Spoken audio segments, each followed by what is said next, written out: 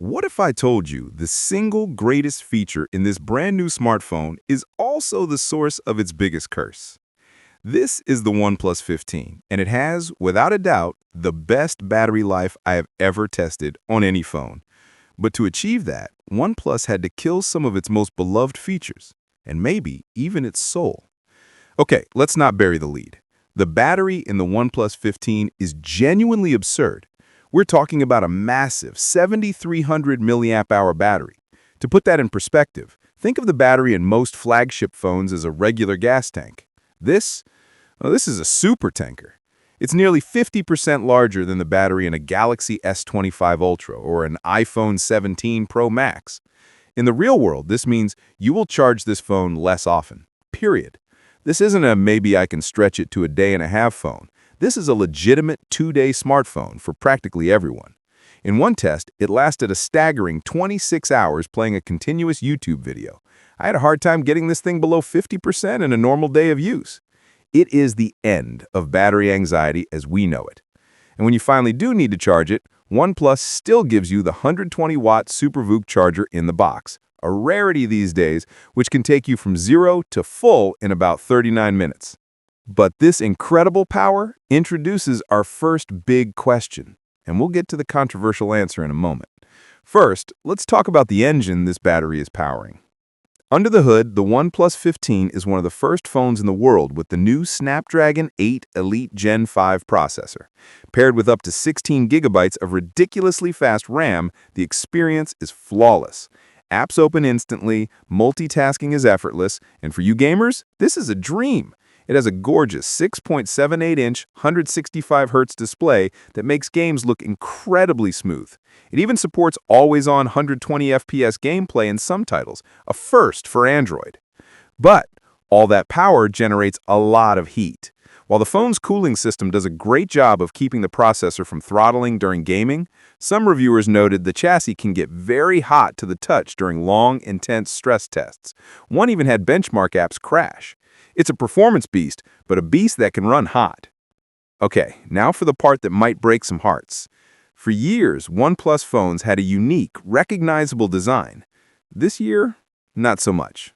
Many reviewers have called the new design incredibly generic and an iPhone clone. The signature circular camera is gone, replaced by a squarish block in the corner. While the build quality is fantastic, with premium materials and incredible IP69K durability, it's lost its personality. It looks like a great phone, but it could be any phone. But the bigger sin for longtime fans is this: the alert slider is gone. That iconic physical switch to instantly go from ring to vibrate to silent, a feature OnePlus fans have loved for years, has been replaced by a customizable plus key, similar to Apple's Action button. While the new key is flexible, its removal feels like a betrayal of the brand's identity. It's a move from a unique, beloved feature to a generic copycat one. So here's a question for you, especially the OnePlus fans watching. Is a customizable key a fair trade for the iconic alert slider, or is this a deal breaker? Let me know your gut reaction in the comments. The design isn't the only place OnePlus made a controversial trade-off. Let's talk about cameras. The partnership with Hasselblad is over. OnePlus is now using its own in-house imaging engine called the Detail Max engine. On paper, the specs are strong. A triple 50-megapixel setup for the main, ultra-wide, and a 3.5x periscope telephoto lens. And in good daylight, the photos are clear, sharp, and have accurate colors. The new engine produces really pleasing images without the aggressive over-sharpening of past models. But here's the catch. To make way for other components, OnePlus actually used smaller camera sensors in this phone compared to its predecessor, the OnePlus 13. And you can feel it when the lights get low or when you push the zoom. Low-light shots can look noticeably grainy, and photos beyond 30x zoom can appear overly processed compared to the best from Google or Samsung. It's a capable camera system, but it feels like a step back from being a true top-tier competitor. So, what's more important to you in a phone's camera?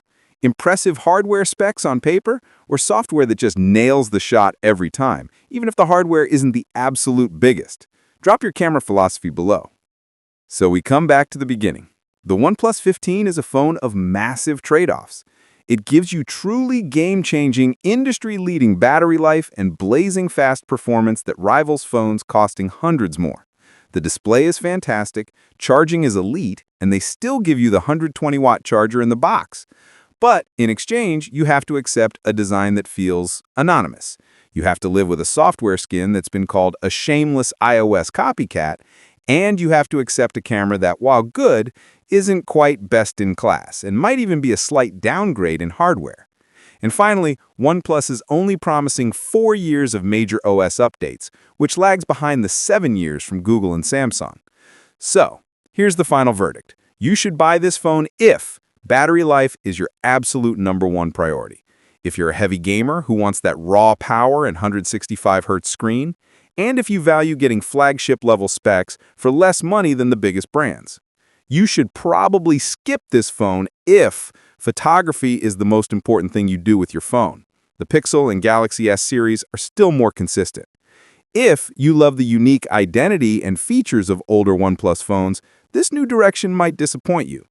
And if you plan on keeping your phone for more than 4 years and want the longest possible software support. For me, sacrificing that unique design in the alert slider is a really tough pill to swallow. What's the one compromise you absolutely refuse to make on a new flagship phone? Let me know the final deal breaker for you down below. Thanks for watching. If this helped you make a decision, hit that like button and subscribe for more reviews that go beyond the spec sheet. See you in the next one.